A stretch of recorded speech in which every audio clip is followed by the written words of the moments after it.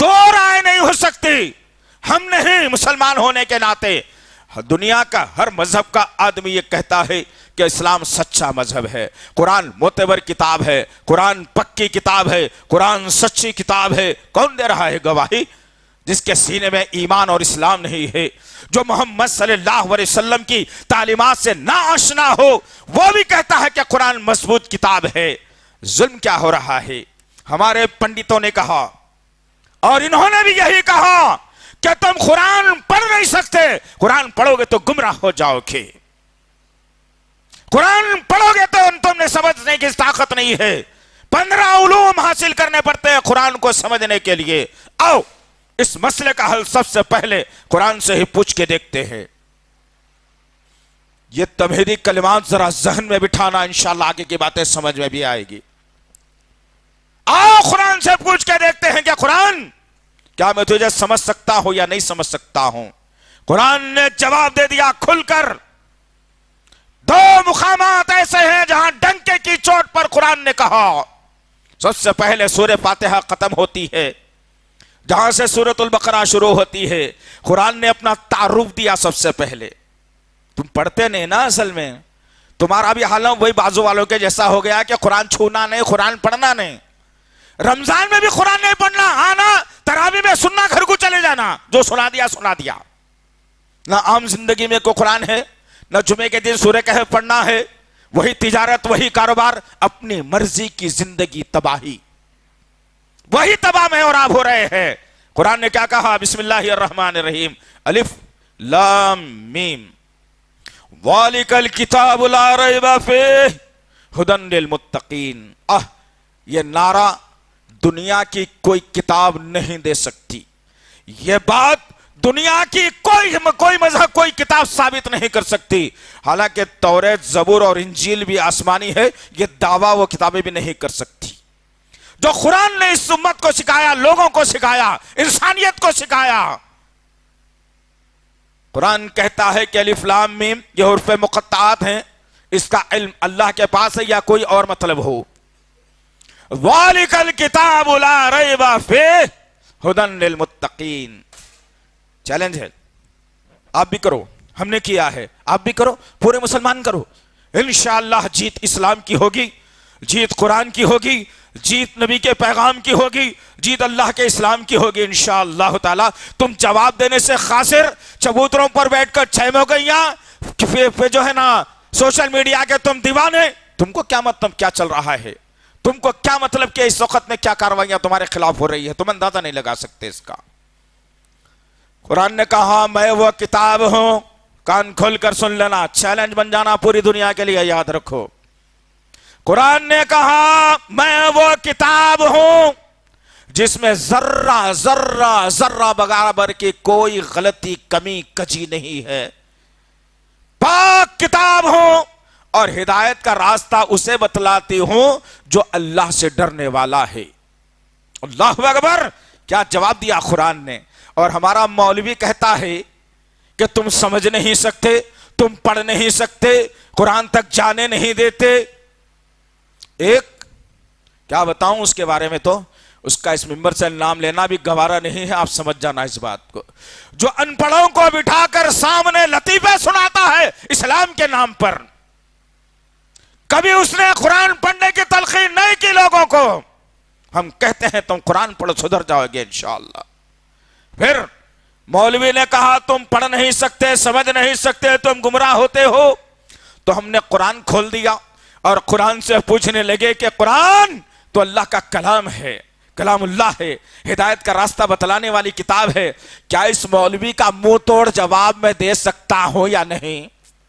قرآن نے بڑے فخر کے ساتھ کہا اے اللہ کے کلام کے پڑھنے والے, کھول مجھے سورہ قمر نکال, 54 نمبر کا سورہ قمر کو کھول دیا گیا. سورہ قمر میں بغیر زیر زبر کے 4 مقامات پر ایک ہی آیت کا نزول ہوا. آیت نمبر 17, آیت نمبر 22, آیت نمبر 32, آیت نمبر 40. ان 4 آیتوں میں اس مولوی کا جو کہتا ہے کہ قرآن پڑھنے سے گمراہ ہو جاتے ہو, اس کا منہ توڑ جواب قرآن نے دیا. کہا بسم اللہ الرحمن الرحیم, وَلَقَدْ يَسَّرْنَا الْقُرْآنَ لِلذِّكْرِ فَهَلْ مِن مُّدَّكِرٍ. تحقیق کہا اللہ رب العزت نے ایسے ہی نہیں کہہ دیا. اللہ کہتا ہے بندو تحقیق کی بات ہے یہ، ہم نے اس قرآن کو آسان کر کے اتارا، نازل کیا، بھیجا ہے، پس تم میں سے کوئی ہے جو اس قرآن سے نصیحت حاصل کرے. اللہ کہتا ہے آسان کتاب ہے، نصیحت حاصل کرو، اور میرا مولوی کہتا ہے کہ تم سمجھ نہیں پاتے ہو. ادھر غیر مسلموں کے پنڈت نے کہا کہ معتبر کتاب ہاتھ نہیں لگانا، ادھر ہمارا مسلم تھا جو عالم کہتا ہے کہ نہیں بھائی تم اس کو نہیں پڑھ سکتے، پڑھو گے تو گمراہ ہو جاؤ گے. استغفر اللہ. اللہ نے واضح کر کے جواب دیا اور کہا کہ نہیں، تم سمجھ سکتے ہو، تم پڑھ سکتے ہو، تم نصیحت حاصل کر سکتے ہو. اللہ نے واضح طور پر کلی طور پر کہہ دیا. اب ہم نے پہلے بھی کہا کہ اسلام نہیں تھا، آزاد زندگی تھی. اب اسلام آیا تو ایک بہت بڑا جو ہے نا اصول اور ضابطہ سمجھایا. اپنی مرضی کی بات کرنے والوں سے اللہ نے کہا تم غلط ہو، اور اصول اور ضابطہ قرآن نے قائم کر دیا اور بتا دیا کہ یہ اصول کے تحت تمہاری زندگی ہو تو تم کامیاب ہو. کیا کہا اللہ نے؟ سورۃ البقرہ سورہ نمبر 2 آیت نمبر 208 پڑھنا عزیزان محترم. اللہ نے کسی اور قوم سے نہیں، یہود اور نصارہ سے نہیں، ہنود اور کافرین سے نہیں، مشرکوں سے نہیں، کسی جین اور سکھ سے نہیں، دنیا کے کسی باطل مذہب سے نہیں، بلکہ یہاں بیٹھنے والے جمعے میں جتنے سامعین ہیں، جتنے سامعات ہیں، جہاں تک آواز پہنچ رہی ہے، ان سب سے قرآن مخاطب ہو کے کہتا ہے.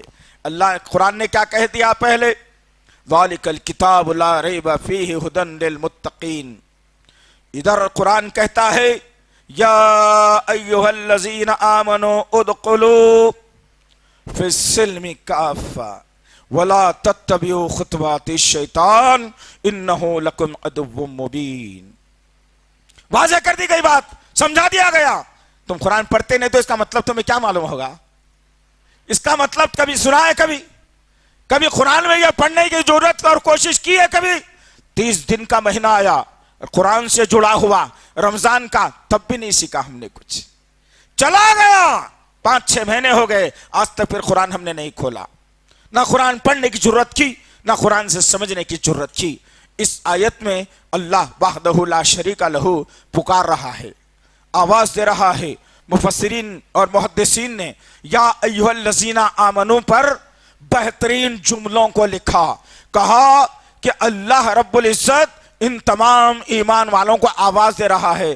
میرے بھائی کس طریقے سے ہوتا ہے تو ہر آدمی چوکنا ہو کر پلٹتا ہے کہ یہ کس کو پکارا جا رہا ہے. اللہ وحدہ لا شریک لہ 1450 برس سے ان تمام مسلمان نوجوان عورتوں، مردوں اور بوڑھوں کو پکار رہا ہے. اور پھر اللہ کیا کہہ رہا ہے؟ اللہ اکبر. لے کے جاؤ دوستو، کام آ جائیں گے انشاءاللہ. وقت انسان کے پاس بہت کم رہ گیا ہے، حالات بڑے کربناک ہیں. دجال کے آنے کی علامات ظاہر ہو چکی ہے، اس کے باوجود یہ قوم سنبھلنے کا موقع نہیں لیتی. وہی فجر میں 4-4 6-6 8-8 آدمی، سارے یہ چہرے بستروں میں سوئے ہوئے لپٹے ہوئے منحوس چہرے. کہاں تمہاری زندگیاں؟ آؤ بعد میں آئے گی بات انشاءاللہ. قرآن کہتا ہے یا ایھا الذین آمنوا ادخلوا فی السلم کافہ. اے ایمان لانے والو، اے ایمان لانے کا دعویٰ کرنے والو، اے لا الہ الا اللہ محمد رسول اللہ کے پڑھنے والو، اسلام کے اندر پورے کے پورے داخل ہو جاؤ. اسلام نے ایک دائرہ بنا دیا، لکیر کھینچ دیے. اب تم اپنی مرضی سے سو بھی نہیں سکتے، اپنی مرضی سے جاگ بھی نہیں سکتے، اپنی مرضی سے جی بھی نہیں سکتے، اپنی مرضی سے مر بھی نہیں سکتے، اپنی مرضی کی عبادتیں بھی تم نہیں کر سکتے. اللہ نے کہا اسلام کے اندر پورے کے پورے داخل ہو جاؤ. بات آگے آئے گی انشاءاللہ. اور پھر اگر تم نے اسلام کی ان باتوں کو چھوڑ کر اپنے من کی بات اگر کی، یہی تو وہ من کی بات ہے جو پورے دیش کو لے کے ڈوب گئی آج. اور مسلمان بھی اپنے من کی کر رہا ہے، ڈوب رہا ہے، جہنم میں جائے گا. جو من کی بات کرے گا اللہ کبھی اس کی نہیں سنے گا، یاد رکھنا ہے بات کو، دھوکہ ہے یہ۔ اللہ کہہ رہا ہے تم اپنی مرضی سے کچھ نہیں کر سکتے، اسلام جو چاہتا ہے وہ کرو، اسلام سوچتا ہے جو ہے وہ سنو، اسلام جو بولتا ہے وہ کرو۔ اگر تم یہ چھوڑ کر اپنی مرضی کے طریقے پر چلو گے، وَلَا تَتَّبِعُوا خُطُوَاتِ الشَّيْطَانِ إِنَّهُ لَكُمْ عَدُوٌّ مُبِينٌ، وہ سارے کے سارے تمہارے اعمال شیطان کے اتباع میں لکھے جائیں گے۔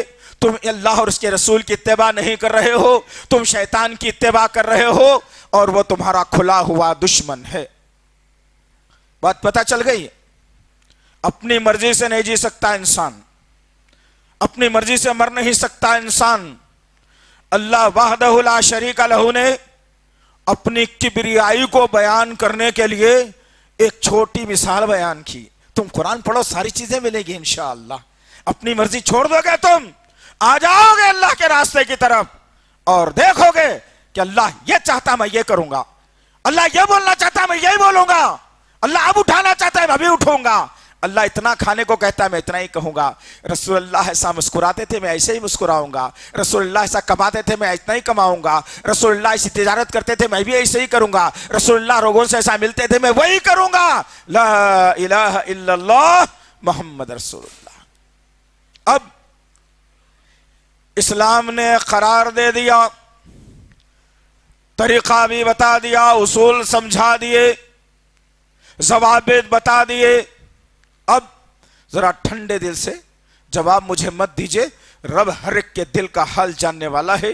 یہاں کھڑا ہونے والا آدمی کس نظریے سے تم کو بات بتا رہا ہے، اور بیٹھ کر سننے والے لوگ کس نظریے سے بات کو سن رہے ہیں، وہ تمام تر چیزیں اللہ کے پاس محفوظ ہیں۔ عزیزان محترم، اتقوا اللہ کے دائرے میں آنا چاہیے مجھے اور آپ کو۔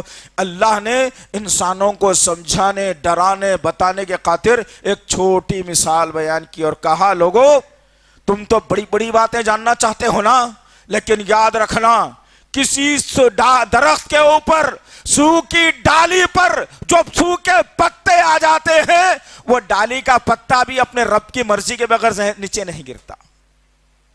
بھلے تم وہ ایک پتا جو مر چکا ہے ڈالی پر، وہ درخت پر اللہ کی مرضی کے بغیر وہ گر نہیں سکتا، تو اتنے بڑے انسان کو اللہ نے 9 مہینے تک ماں کے پیٹ میں رکھ کر غذا دے کر، آنکھ ناک منہ سب کچھ بنا کر، تقدیر کو لکھ کر، بہترین صحت دے کر یہ دنیا کے اندر بھیجا، تو یہ دنیا میں آنے کے بعد اپنی مرضی چلائے گا، اپنی مرضی سے سجے گا۔ 9 مہینے تک تمہاری مرضی نہیں چلی، اللہ بتا دیا۔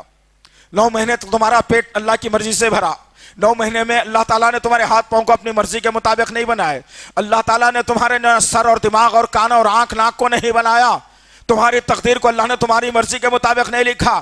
لیکن ہو کیا گیا ہے اس انسان کو کہ جب دنیا میں پیدا ہوا، ذرا بڑا ہوا، چلنے لگا اور بولنے لگا، تو اسی رب کے مخالفت میں جملوں کو کسنے لگا، کہنے لگا کہ یہاں خواجہ کا سکہ چلتا ہے، ارے دل دھڑک جاتا ہے جب یہ جملے کو سنا جاتا ہے۔ خالق کائنات اس زمین اور آسمانوں کا مالک ہے، اس کی ملکیت میں کسی اور کا داخلہ نہیں۔ لہو ملک السماوات والارض کہا، لا شریک لہو کا اللہ نے کہ میرا شریک کوئی نہیں، تمام آسمان و زمین کا مالک میں ہوں۔ اور یہ انسان بدترین بول شیطانوں کے بول کر کہتا ہے اور فخر محسوس کرتا ہے، توحید کی بات کرتا ہے، اس پر الزام لگا کر کہتا ہے یہ تو وہابی ہے، وہابی۔ آج لے کے جاؤ یہ بھی انشاءاللہ۔ جو انسان شیطان کا ساتھ دینے والا ہے وہ مردوں سے امیدیں لگاتا ہے، جو انسان شیطان کا ساتھی ہو، جو مرے ہوئے لوگوں سے بخشش مانگتا ہے، جو شیطان کا ساتھی ہو، جو منو مٹی کے نیچے دفن ہے ان کو زندہ سمجھتا ہو۔ ارے جو شیطان کا ساتھی ہے، صحابہ کرام پر الزام لگاتا ہے کہ نبی زندہ تھے پھر بھی ان کو دفنا دیا گیا، نعوذ باللہ من ذالک، یعوذ باللہ۔ وہابی عبداللہ کو کہا جاتا ہے اور عبداللہ اللہ کے بندے کو کہا جاتا ہے۔ جو اللہ کا بندہ ہوتا ہے وہ صرف اللہ سے منتیں حاجتیں مانگتا ہے، منتیں کرتا ہے، سر جھکاتا ہے، لیکن ظالموں نے کیا کیا کہا؟ استغفر اللہ ربی من کل ذنب واتوب الیہ. تم بولنے کی جرت ختم کر دی. اصل میں تم زندہ انسانوں کے قدموں کو چوم کر اللہ کو ناراض کر کے اپنی دنیا بنانا چاہتے ہو. غور کرو اپنی مرضی کی زندگی گزارنے والوں کا انجام بھی کیا ہوا. فرعون ہمارے سامنے موجود ہے. قرآن میں سب سے زیادہ تذکرہ موسیٰ علیہ السلام کا آیا. دوسرا زیادہ تذکرہ عیسیٰ علیہ السلام کا آیا. کیوں؟ آخر پڑھا ہے کبھی قرآن میں؟ فرعون کے بارے میں کیا کہا گیا؟ اپنی مرضی کی زندگی گزارتا تھا, اپنے قدموں پر جھکایا کرتا تھا. آج بھی جھوٹا پیالہ پلانے والوں نے یہی رنگ دم خم کھڑا کر دیا ہے, اور یہ معصوم مسلمانوں کے عقیدوں کے ساتھ جو نا ڈورے ڈالے جا رہے ہیں. اگر ذرا غور کرو تو جو ہنڈی میں پیسے جمع کر کر کے, غریبوں کے پیسے لے لے کر کے, غریبوں کے پیسوں پر زندگی گزار کر کے سب سے بڑی مرسڈیز کار میں گھوم رہا ہے, اور یہ بیچارہ آس میں ہے کہ آج تقدیر بنے گی, کل تقدیر بنے گی, پرسوں تقدیر بنے گی. باپ چلا گیا, بیٹا چلا گیا, پھر بیٹا چلا گیا, اماں چلے گئی, بیٹی چلے گئی, وہی غربت کی زندگی گزار رہا ہے. اور جو اس کا جو ذمہ دار تھا, جو دیندار بنتا تھا, اس کے غلے میں پیسے پڑتے پڑتے وہ کئی منزلوں کا, کئی بلڈنگوں کا مالک بن گیا. تمہیں پھر بھی ہوش نہیں آیا. غور کرو عزیزان محترم, ہر قدم پر یہ سوچو کہ قرآن کیا کہتا ہے. ہر قدم پر یہ سوچو میرے رب کا فرمان کیا ہے. ہر قدم پر یہ سوچو میرے نبی کی سنت کیا کہتی ہے. ہر عبادت میں یہ سوچو کہ میرے نبی کا فرمان کیا ہو سکتا ہے. سوچا ہے کبھی؟ دیکھا ہے کبھی؟ پڑھا ہے کبھی؟ کیا ہے کبھی؟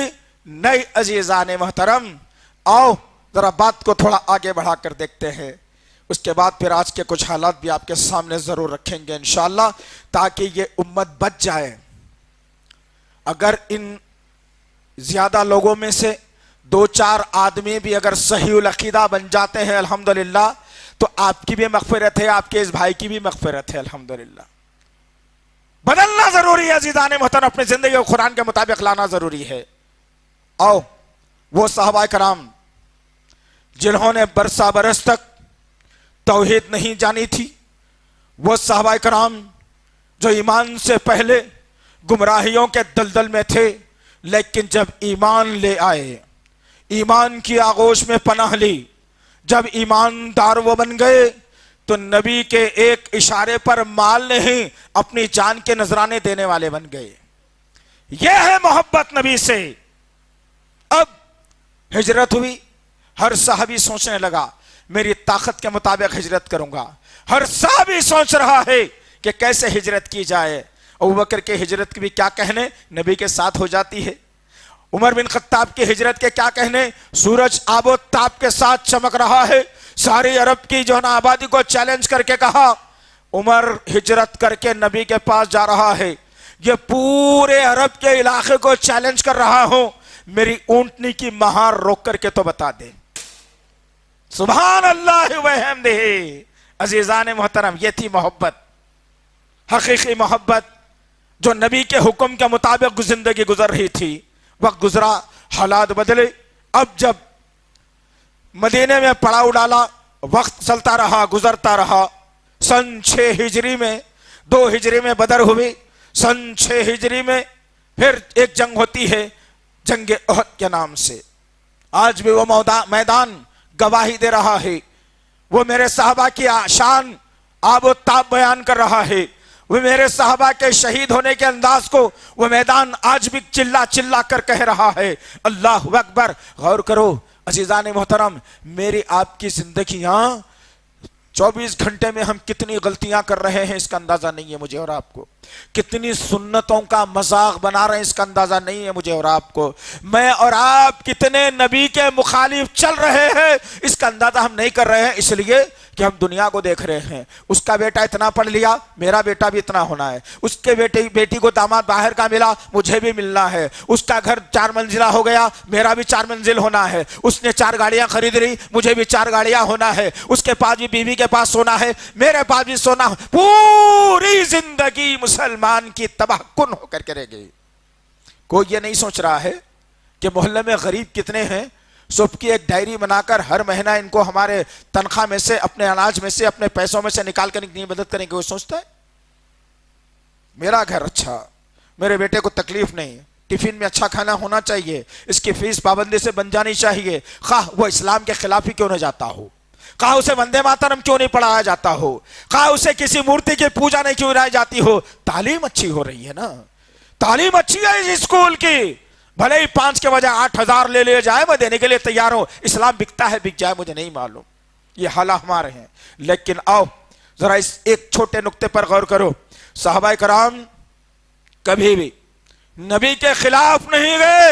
ارے نبی کے خلاف کیا جانا تھا، ان کے کہنے تو کیا کہنے، اللہ کے نبی صلی اللہ علیہ وسلم خطبہ دے رہے ہیں، عبداللہ ابن مسعود رضی اللہ تعالیٰ عنہ داخلہ لے رہے ہیں، مسجد نبوی کے دروازے میں سے اندر آنے کی کوشش کر رہے ہیں، اللہ کے نبی صلی اللہ تعالی علیہ وسلم نے جملہ کہا، کسی کا نام لے کے نہیں، نہ عبداللہ ابن مسعود سے کہا، یہ جذبہ ہمارے اندر آنا چاہیے میرے نوجوان ساتھیوں، تبھی تو ہماری کامیابی ہے۔ یہ دنیا کی محبت تھوڑی کم کر لو، پھر یہ جو ہے نا مقام پر اللہ ہمیں ضرور پہنچائے گا۔ مختصر بات یہ ہے عزیزان محترم کہ عبداللہ ابن مسعود رضی اللہ تعالیٰ عنہ داخلہ لے رہے ہیں، اور پھر اللہ کے نبی کی زبان نبوت سے نکلا کہ بیٹھ جاؤ۔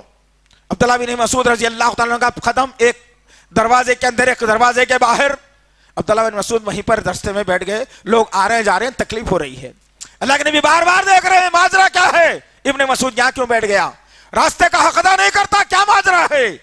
جب ختم ہوا وقت اور اللہ کے نبی کا خطاب ختم ہوا تو اللہ کے نبی نے بولا ابن مسعود ادھر آ، یہ کیا حرکت ہے یار تیری، بیچ میں کیسے بیٹھا تو، راستے کا حق ادا نہیں کرنا معلوم تجھے۔ اللہ اکبر، ایمان والے نے پلٹ کر جواب دیا اور کہا یا رسول اللہ ہر چیز معلوم ہے، آپ کی ایک ایک بات لکھ کر رکھتا ہوں، ذہن میں ہوتی ہے، بھولا نہیں ہوں میں، پھر کیسا بیٹھ گیا۔ تو ابن مسعود نے بڑا پیارا جواب دیا، یہ میرے اور آپ کے اندر ہونا ہے، یہ میرے اور آپ کے اندر ہونا ہے، آنا ہے، تبھی تو مجھے اور آپ کو کامیابی ملنے والی ہے۔ مختصر بات یہ ہے کہ جب ابن مسعود سے پوچھا گیا کہ ماجرا کیا ہے تو کہا ابن مسعود نے کہ یا رسول اللہ آپ کی ہر وہ بات پر عمل کرتے ہیں ہم، آپ اٹھو تو اٹھتے ہیں، بیٹھو بولے تو بیٹھ جاتے ہیں، آپ نے بیٹھنے کا لفظ کا نام کسی کا نہیں لیا، میرے کانوں نے یہ الفاظ سنا، بھلا میرا ایمان کیسے گواہی دیتا کہ آپ کی بات سنو اور آگے جا کر کے بیٹھ جاؤ۔ یہ ہے کیفیت ہمارے پاس ہے۔ تم نے سنتوں کو چھوڑا، تباہی تمہارے گھروں تک آ گئی، ہمارے بچیوں کے سروں سے نقاب کھینچے جانے لگے، ان کے ساتھ عصمت ریزی کی جانے لگی، کیوں؟ ہم نے اپنی مرضی کی زندگی کو چنا۔ آؤ جو اپنی مرضی کی زندگی کو ذرا سا انجانے میں، جان بوجھ کے نہیں عزیزان محترم، وہ صحابہ کرام ہیں، ان کا ادب، ان کا احترام، ابو بکر صدیق سے لے کر اکرمہ بن ابو جہل ان کے بعد تک کے لوگوں کے ہمارے لیے جو نا وہی ایمان ہے جو ایمان صحابہ کے تعلق سے ہونا چاہیے۔ کسی میں بھی ہم اونچ نیچ نہیں کرتے الا یہ کہ نبی نے نہ بتایا ہو۔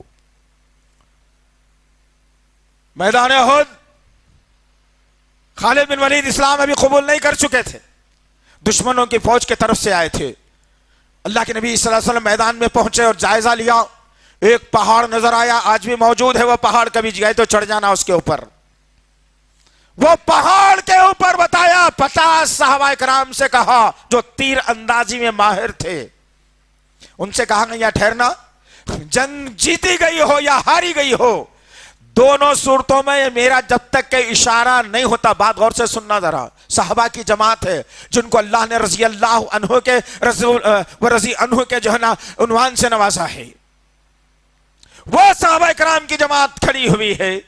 اب اللہ کے نبی صلی اللہ علیہ وسلم کی جنگ ہوئی، جنگ میں پانسا پلٹ گیا اور مسلمانوں کو کافروں کے مقابلے میں کامیابی مل گئی، صحابہ کرام مال غنیمت لوٹتے رہے، جمع کرتے رہے، یہ 50 صحابہ کرام جو منظر دیکھ رہے تھے، ان میں کچھ چپ قلیش ہو گئی، کچھ نے کہا کہ ہو سکتا ہے اللہ کے نبی کے ذہن سے بات نکل گئی ہو کہ وہ بلا نہیں رہے ہو، ہم نہیں جائیں گے تو مال غنیمت ختم ہو جائے گا۔ وہی محبت دنیا کی، حب الدنیا، یہ سب کے سینوں میں، ہمارے سینوں میں، عورتوں اور مردوں کے سینے میں آ گئی۔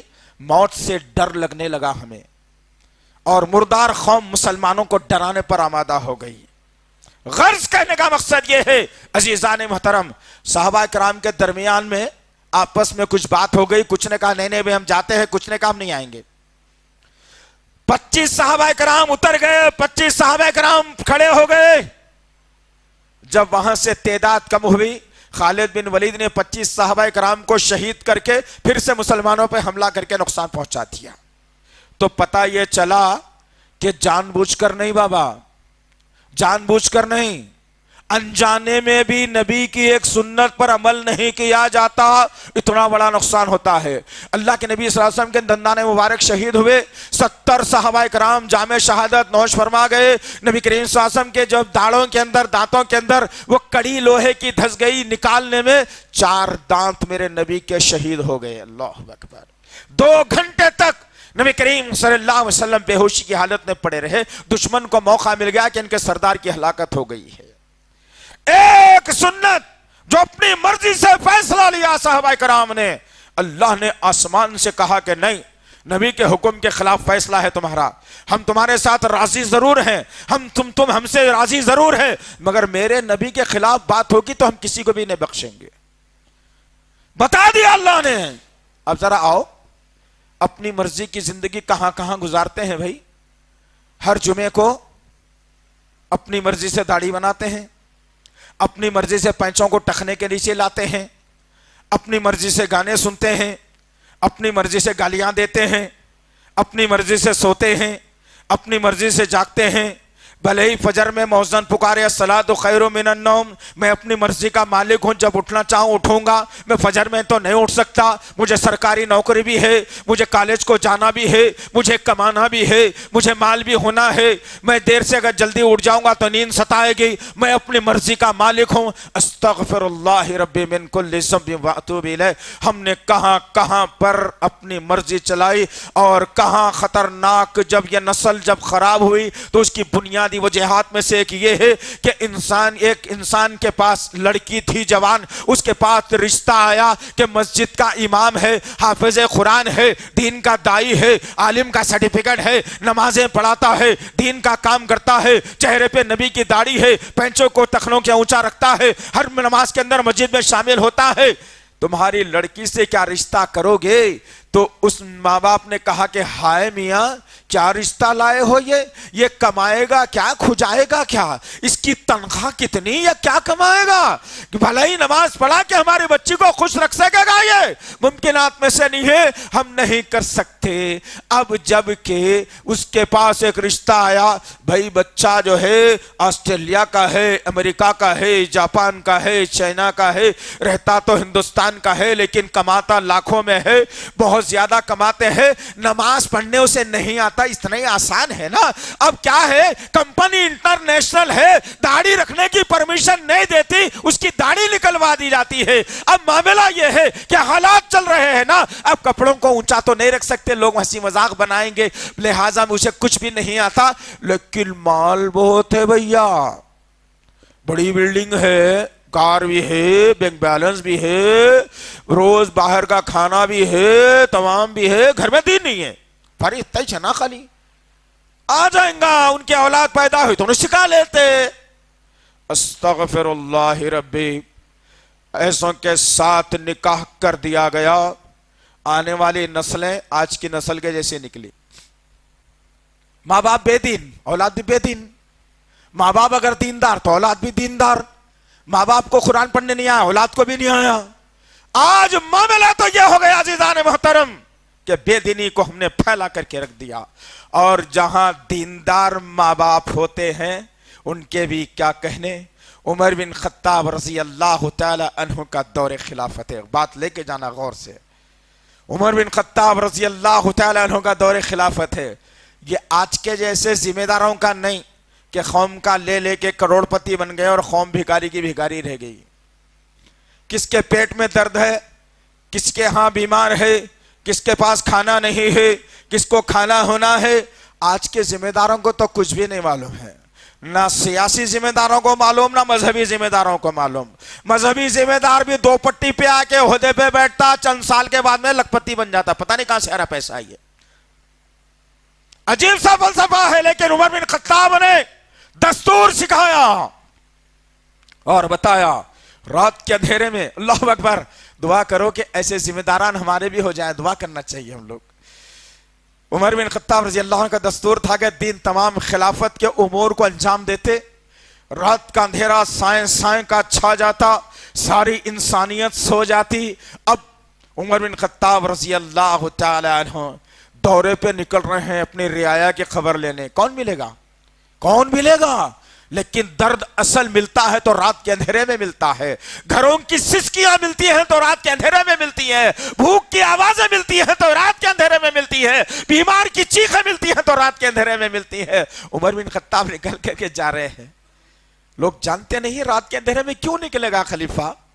ایک گھر کے پاس کھڑے ہیں, ماں اور بیٹی میں بحث ہو رہی ہے. یہ دینداری لانا ہے دوستو, سن کے جانے کا مقصد کچھ بھی نہیں ہے. یہ دینداری ہمارے اندر لانا انشاءاللہ. عمر بن خطاب کھڑے ہیں, دو ماں اور بیٹی کے اندر بحث ہو رہی ہے. ماں کہہ رہی ہے بیٹی آج کیا بات ہے, دودھ تھوڑا کم نکلا ہے نا, بڑا کم آیا ہے, کیسے بکے گا, کیسا چلے گا؟ بیٹی نے کہا بتاؤ میں کیا کروں. تو ماں نے کہا تھوڑا پانی ملا دے. اللہ اکبر, ایماندار بیٹی نے پلٹ کر کہا ماں کیا کہہ رہی ہو, خلیفہ بڑا سخت ہے پتہ ہے تجھے, معلوم ہوگا تو بھی دھجیاں نکل جائیں گے, اب نہیں ملا سکتے میں پانی. ماں نے کہا وہ خلیفہ تھوڑا ہی تجھے دیکھ رہا ہے, اب دیکھ رہا ہے کیا خلیفہ, ہے بھی نہیں دیکھ رہا بھی نہیں. عمر بن خطاب ساری کی ساری باتیں باہر ٹھکرے کے سن رہے ہیں.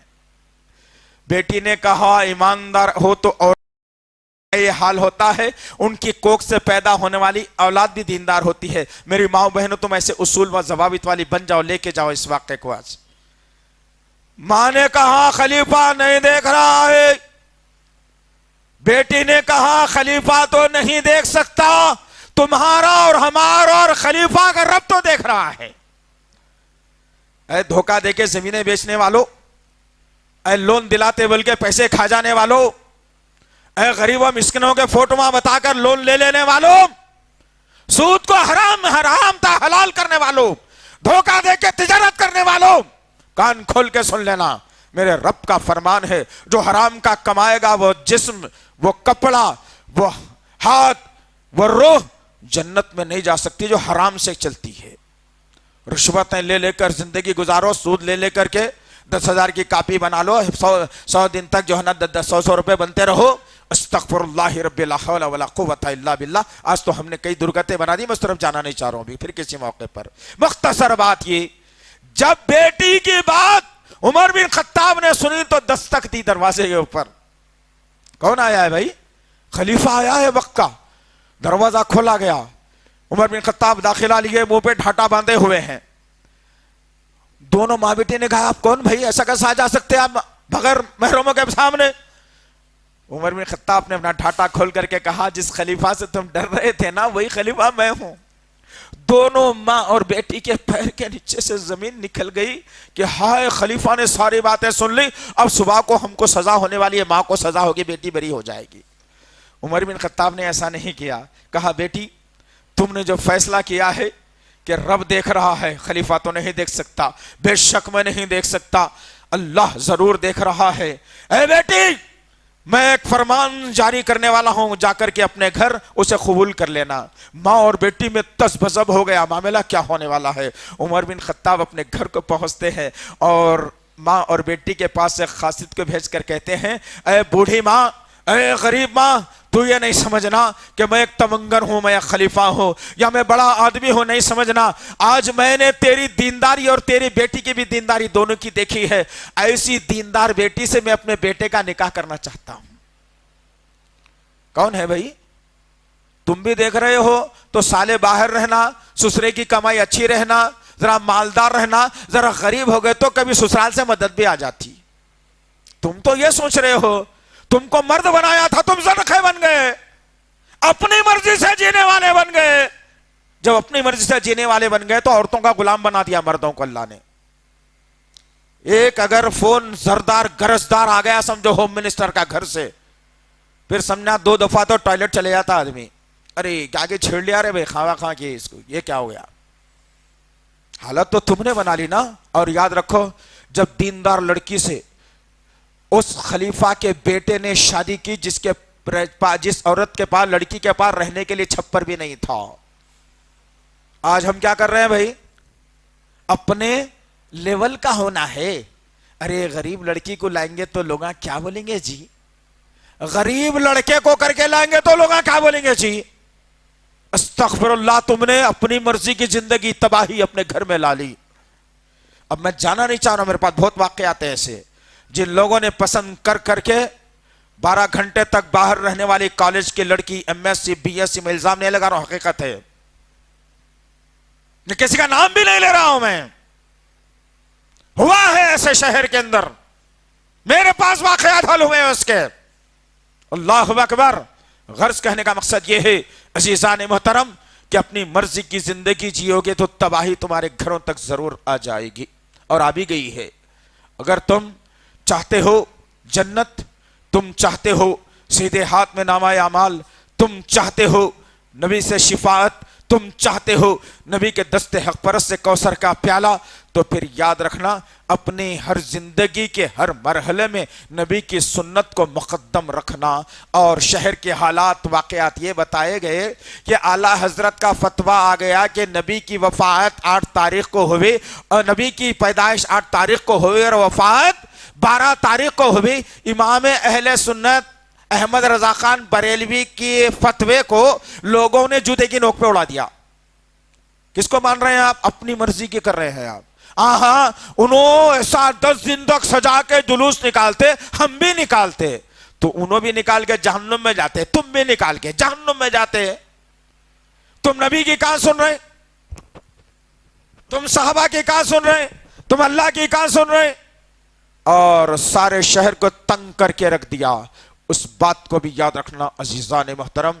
ایک مرتبہ اللہ کے نبی صلی اللہ علیہ وسلم ایک راستے سے گزر رہے ہیں، اور راستے میں آپ نے ایک بڑا پتھر دیکھا بیچ راستے میں رکھا ہوا ہے. اللہ کے نبی صلی اللہ علیہ وسلم نے صحابہ کرام کو روک دیا، خود آگے بڑھے، اپنے نبوت والے ہاتھوں سے اس پتھر کو اٹھایا اور بازو رکھ دیا. صحابہ نے کہا یا رسول اللہ یہ پتھر ہی تو تھا، یہ پتھر ہی تو تھا، بیچ میں کسی کو تکلیف بھی تو نہیں تھی. اللہ کے نبی صلی اللہ علیہ وسلم نے کہا راستے سے ہر چھوٹی یا بڑی تکلیف دہ چیز کو ہٹا دینا بھی نیک صدقہ ہے. اللہ کے نبی نے بتایا یہ. اور پھر ایک مرتبہ ایسا ہوا کہ ایک گلی سے یہودی اور عیسائیوں کا ایک وفد ہے، ایک بڑی جماعت کی شکل میں وہ لوگ گزر رہے ہیں، اور ان کے ساتھ کچھ منافقین بھی ہیں، یہ بھی گزر رہے ہیں. راستے میں انہوں نے دیکھا کہ ایک بڑا پتھر ہے جو راستے میں رکھا ہوا ہے، راستے میں رکھا ہوا تکلیف دے رہا ہے، لوگ انگل کے جا رہے ہیں اسے. ان لوگوں نے کھڑے ہو کر کے جملہ کہا. صحابہ کرام جو اس وقت میں راستے سے گزر رہے تھے انہوں نے یہ بات کو سنا.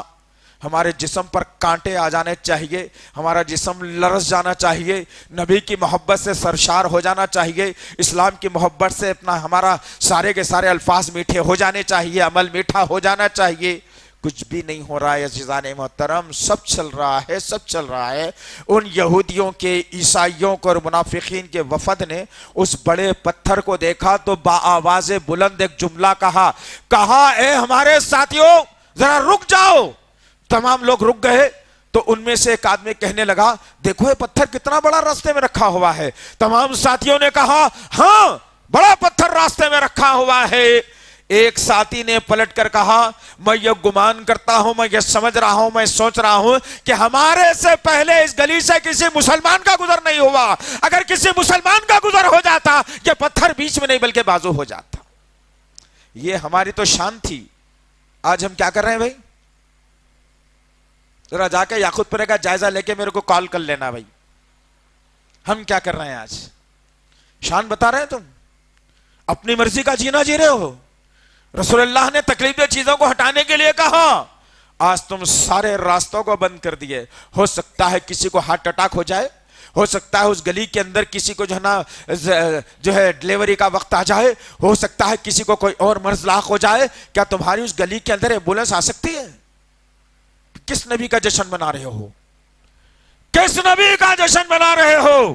ہمارے نبی نے تو خود زخم کھا کر، خود تکلیفیں جھیل کر میرے نبی نے دنیا کو راحت دی تھی. آج اسی نبی کا نام لے کر یہ ناپکار مسلمان آج پورے دنیا کو جو ہے نا زخمی کر رہا ہے، اپنے شہر کو زخمی کر رہا ہے. غیر مسلم کیا سوچتا ہوگا؟ ارے ہم نے تو ان کے نبی کے بارے میں بہت کچھ سنا تھا بھائی، یہ رحمت والے تھے، محبت والے تھے، خلوص والے تھے، لوگوں کو تکلیفیں نہیں دیا کرتے تھے، صاف صفائی کا اہتمام رکھتے تھے. یہ کس نبی کے ماننے والے ہیں کہ تمام مخالفت نبی کی کر کے پھر نبی والے ہیں یہ؟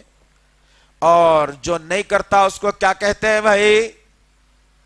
کیا کہا جملوں میں؟ آخری باتیں لے کر کے جاؤ، وزندار بات ہے یہ، ہم نے اٹھا کے آخری میں رکھا تھا اس کو، تاکہ بعد میں آنے والے سارے جو مہمان ہیں نا پیچھے کے، یہ سامنے تو آگے نمازی، پیچھے والے سب مہمان ہیں، آخری دستر میں بیٹھتے لوگ آ کے، مین ٹیبل، وہ دستر میں بیٹھنے والے جب آگے تو بولوں گا بول کے روک کے رکھا تھا. حقیقی بات ہے، یہ ہنسنے والی بات نہیں ہے، شرمندگی ہے تمہارے اوپر. تم نبی کو ماننے والے اگر ہو تو اپنی نوکری، اپنی تجارت، اپنے کاروبار کو چھوڑ کر سب سے پہلے جمعے میں آنا سیکھو. نبی کا فرمان ہے یہ.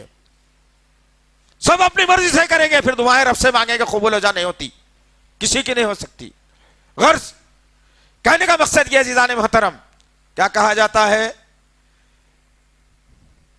جملہ بڑا خطرناک ہے وہ، لیکن علم بہت بڑی چیز کا نام ہے، اور دلیل بہت بڑی چیز کا نام ہے. قُلْ هَاتُوا بُرْهَانَكُمْ إِن كُنتُمْ صَادِقِينَ. تم اپنے بات میں اگر سچے ہو تو کوئی دلیل کیوں پیش نہیں کرتے؟ اللہ نے خود پوچھا ہے، یہ ہم بھی پوچھیں گے. یہی کہتے ہیں سوائے شیطان ابلیس کے جہاں میں سبھی خوشیاں منا رہے ہیں. خوش ہو گئے مسلمان ہے، بولے یار ہاں بھائی ہم تو منا رہے ہیں خوشیاں، آگے ابلیس ہی نہیں منا رہا. دیکھو ارے حولے عقل کو ذرا ٹھکانے لا. شیطان کو بہت بڑا دھکا لگا تھا جب نبی اس دنیا میں آئے تھے، واقعی لگا تھا. جشن کون منایا تھا؟ مشن کو کون روکا تھا؟ چلو ٹھیک ہے، اس کا ہی فیصلہ کر لے کے جاؤ. آج ابو لہب، نبی کا چچا، نبی کی پیدائش، ایک باندی کو بلایا، کہا آج تو ہمارے گھر بہترین چراغ پیدا ہوا ہے جس کا نام محمد رکھا گیا ہے. اس کے پیدا ہونے کی خوشی میں باندی، نوکرانی، غلام، لونڈی، آج تو آزاد ہے، اپنی مرضی سے جی لے جا. بات سمجھ میں آئی؟ یہاں تک تو صحیح تھا، یہاں تک تو بات سمجھداری کی تھی. لیکن جب وہ باندی آزاد ہو گئی، ابو لہب کے چہرے پہ خوشی آ گئی کہ میرا بھتیجا پیدا ہوا ہے، الحمدللہ. اور پھر ہم جس گھر میں مرد آدمی اس وقت میں پیدا ہوتا، اس گھر کے جو نا چرچے پورے جگہوں پر ہوتے. آج ہمارے بھی گھر کا چرچا ہوا، ہمارے بھی خاندان کا نام بلند ہوا. چند سال گزرے، نبی کریم صلی اللہ علیہ وسلم جوانی کو پہنچے. نبی کریم صلی اللہ علیہ وسلم کی عمر مبارکہ 40 برس کی ہوئی. غار حرا میں اللہ نے بلایا. پھر اللہ کے نبی صلی اللہ علیہ وسلم کی عبادتیں، جو بھی ذکر و اذکار، خواب تھے، غار حرا میں آنے لگے. اور پھر اللہ کے نبی صلی اللہ علیہ وسلم 40 برس کی عمر میں نبوت اور رسالت دی گئی. غار حرا سے اتر کر لوگوں کے درمیان میں آئے اور کچھ وقت گزارا. اس کے بعد اللہ نے سورہ مدثر کی آیتیں نازل کی. اس کے بعد اللہ نے کہا اے محمد صلی اللہ علیہ وسلم، اپنے خاندان، عزیز و اقارب، محلے والوں کو سب کو جمع کرو، جمع کر کے پیغام سناؤ. قولوا لا الہ الا اللہ تفلحون.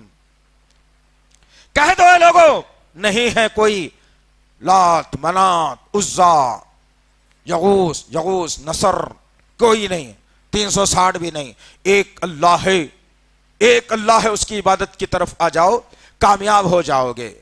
قولوا لا الہ الا اللہ تفلحون. کہہ دو اے لوگوں، نہیں ہے کوئی معبود سوائے ایک اللہ کے، کامیاب ہو جاؤ گے. اب غور سے سننا، یہ ہے پوائنٹ کی بات. یہ اگر مس کر دیا تو پھر کچھ بھی سمجھ میں نہیں آتا. جب اللہ کے نبی صلی اللہ علیہ وسلم پیدا ہوئے تو ابو لہب نے ایک دن کی خوشی منائی. کتنے دن کی منائی بھائی؟ ایک دن کی خوشی منا کر کہا جاؤ آزاد ہے تم چلے جاؤ. اب مشن کی باری آئی نبی کے. اللہ کے نبی نے کہا کوئی بھی نہیں ہے. حبول کو تم پوچھ رہے وہ بھی نہیں, لات منات بھی نہیں, عزا بھی نہیں, جتنے 7 بت ہیں وہ بھی نہیں, 360 بھی نہیں, سب کو توڑ دینا پڑے گا, ایک اللہ کی طرف آنا پڑے گا. سب سے پہلے مٹی کس نے اچھالی؟ ابو لہب نے. جب عبادت کی بات آئی, ایک اللہ کو ماننے کی بات آئی, ایک اللہ کو سامنے سر جھکانے کی بات آئی, لات منات عزا کو چھوڑنے کی بات آئی, بت پرستی کو ختم کرنے کی بات آئی, مرداروں کو چھوڑنے کی بات آئی, ایک اللہ کو ماننے کی بات آئی, تو ابو لہب کہتا ہے کہ اے محمد لعنت ہے تجھ پر, اس لیے بلایا, نعوذ باللہ من ذالک یعوذ باللہ, اس لیے بلایا ہے, ایک اللہ کو ماننا ہے. یہ ہرگز ہم سے نہیں ہو سکتا. تو تباہ ہو جائے, برباد ہو جائے, پتھر مارنے لگا اور جو ہے نا نبی کے نورانی چہرے کے اوپر ریت کو اڑانے لگا. تو ایک دن کا جشن منا کر پوری زندگی کے مشن کی مخالفت کس نے کی بھائی؟ وہابی نے کی نہیں کی, وہابی نے نا. وہابی تو اللہ کے بندے کو کہا جاتا ہے, اللہ کے ماننے والے کو کہا جاتا ہے, اللہ سے امیدیں لگانے والے کو کہا جاتا ہے, اللہ کو مشکل کشا سمجھنے والے کو بولا جاتا ہے. وہابی غریب نواز اللہ کو ماننے والے کو کہا جاتا ہے. وہابی بندہ نواز اللہ کو ماننے والے کو کہا جاتا ہے. المدد کے لیے نعرہ بلند کرتا ہے تو اللہ کے لیے اس کو وہابی کہا جاتا ہے. میرے نبی کریم صلی اللہ علیہ وسلم نے, میرے آقا نے یہی کہا تھا کہ تم ایک اللہ کے ماننے والے بن جاؤ, یہ تمام اصولات کو ختم کر دو, ایک نظریے کے اوپر آ جاؤ, ایک اللہ کی عبادت کے طرف آ جاؤ, ایک رسول کو ماننے کی طرف تم آ جاؤ, کامیاب ہو جاؤ گے. اب ایک دن کا جشن کون بنا رہے ہیں بھائی؟ ایک ہے وہابی, ایک ہے لہابی. ایک ہے وہابی, ایک ہے لہابی. ہم وہابی ہیں, پوری زندگی جشن مناتے ہیں الحمدللہ. ہر نماز میں ہمارا جشن ہوتا ہے, وَلَضَّالِّينَ, ہماری مسجد گونج کے اٹھتی ہے نعرے کے تحت آمین. جشن ہے. ہم جشن تو دن کے 5 ٹائم مناتے ہیں, سانس پوری زندگی مناتے ہیں. اب جو لہابی ہیں وہ ایک دن کا جشن منائیں گے اور پھر پوری جو ہے زندگی اندھیرے میں گزاریں گے. آپ کے ہاتھ میں ہے, جو حق تھا ہم نے آپ کے سامنے رکھ دیا. اللہ سے دعا ہے کہ اللہ وحدہ لا شریک لہ, جو کچھ بھی کہا گیا ہے کہنے والے کو, سننے والوں کو صحیح طور پر عمل کرنے کی توفیق عنایت فرمائے. یا اللہ قرآن پڑھنے والا بنا دے میرے پاک پروردگار. یا اللہ میرے آقا محمد صلی اللہ علیہ وسلم کی ایک ایک سنت پر عمل کرنے والا بنا دے میرے پاک پروردگار, ایک ایک سنت پر عمل کرنے والا بنا دے اللہ. یا اللہ جو گمراہ ہیں ان کے مقدر میں ہدایت بہتر ہے تو ان کو ہدایت یافتہ بنا دے میرے پاک پروردگار. اگر ان کے حق میں ہدایت نہیں ہے تو اس کا حال آپ بہتر جاننے والا ہے میرے پاک پروردگار. یا اللہ جب تک جئیں ایمان پر جئیں میرے اللہ. یا اللہ خاتمہ ہو تو ایمان پر ہو میرے پاک پروردگار. یا اللہ ہم سب کو عذاب خبر سے بچا لے اللہ. خبر کے سوال و جوابات کو آسانی سے دینے والا بنا دے میرے پاک پروردگار. جب میدان حشر میں نبی سے ملاقات ہو تو 2 باتیں ہمارے سامنے ہو جائے میرے پاک پروردگار. ایک تو نبی کے دستے حق پرست کوثر کا پیالہ مل جائے میرے اللہ. یا اللہ ہمارے سیدھے ہاتھ میں نامہ اعمال دلا دے میرے پاک پروردگار. یا اللہ تجھ کو تیرے تمام ناموں اور صفات کا واسطہ ہے, ہماری دعاؤں کو قبول فرما, ہماری دعاؤں کو قبول فرما, ہماری دعاؤں کو قبول فرما. ربنا تقبل منا انك انت السميع العليم وتب علينا انك انت التواب الرحيم. وصلی اللہ تعالی علی خیر خلقہ محمد وعلى آلہ وصحبہ اجمعین برحمتک یا ارحم الراحمین والحمد للہ رب العالمین.